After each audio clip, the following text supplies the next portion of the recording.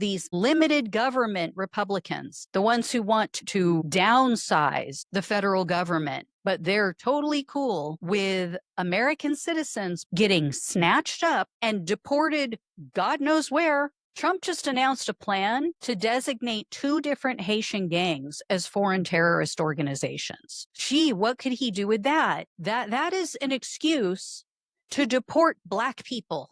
We have seen this played out with the Latino population already, right? They had a tattoo. They're even faking tattoos. Look at what they did with Abrego Garcia, right? They photoshopped MS-13 on his knuckles.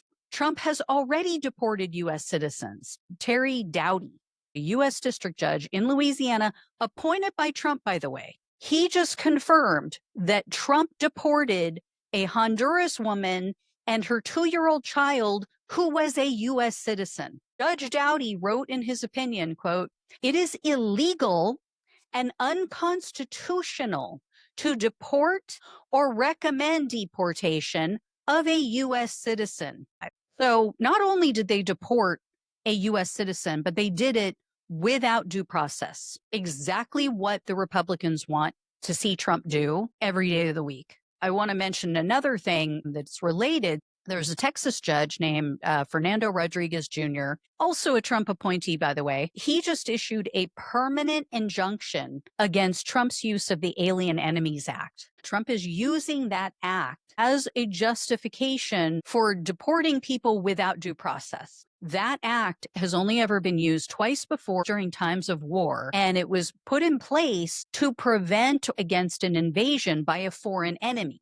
Judge Rodriguez wrote that in Trump's proclamation, in which he invoked this act, it, quote, "makes no reference to and in no manner suggests that a threat exists of an organized armed group of individuals entering the United States at the direction of Venezuela to conquer the country or assume control over a portion of the nation." Trump is not even pretending that we are under attack. Rodriguez also called these actions unlawful, and he wrote, quote, "allowing the president to unilaterally define the conditions when he may invoke the AEA and then summarily declare that those conditions exist would remove all limitations to the executive branch's authority under the AEA. The law does not support such a position." So, in short, Trump is trying to say, I have all the authority, you have none, I can do whatever the hell I want. And this judge is saying, that's not how it works with our Constitution.